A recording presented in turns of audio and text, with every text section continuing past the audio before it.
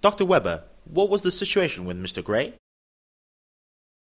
There is nothing more that we can do for him now, Dr. Shepherd. Our tests show that, due to the extent of the injuries he has sustained to his head, that we have declared him brainstem dead. He is only 25. It is such a shame that there was nothing else we could have done. Will he be taken off the ventilator then? No. One of the nurses found an organ donor card in his wallet, so we are keeping him on the ventilator until his family are here. We want to ask their approval to allow his wishes to be fulfilled. Are his family here yet? No, they aren't. But if he has an organ donor card, why do we need to ask the family for permission? Well, because the patient has made his wishes known via his signed donor card, there are no legal requirements to ensure that the family do not object. However, the relatives' views should be respected, and if they are opposed to the process, then it may be sensible to put their feelings first.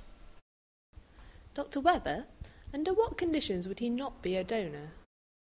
Well, first we need to get permission from his family, and then there are a number of tests that we would have to carry out to make sure the donor doesn't have any blood-borne infections, for example.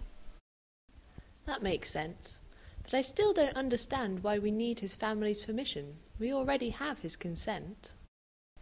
As I mentioned, if you are registered on the organ donor register or you carry an organ donor card, this is the patient expressing their wish to have their organs donated.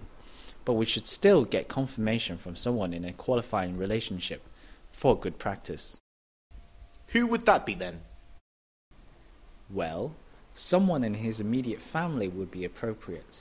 The Human Tissue Act ranks people who are qualified to make that sort of decision.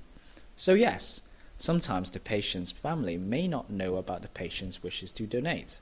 This is why we need to be very sensitive when we approach this issue. Ideally, we would want them to accept the wishes of their relative. It is important to keep the family involved in what's happening because they are affected too. In most cases, the family do accept if it was their relative's wish, but we just need to make sure we go about it in the correct way. I see. Thanks, Dr. Webber. I think the patient's family has arrived. Will you be the one to talk to them? No. It's usually done by the transplant coordinator after the consultant has discussed the concept and prognosis of brainstem death. So we'll let the coordinators know that the family are here.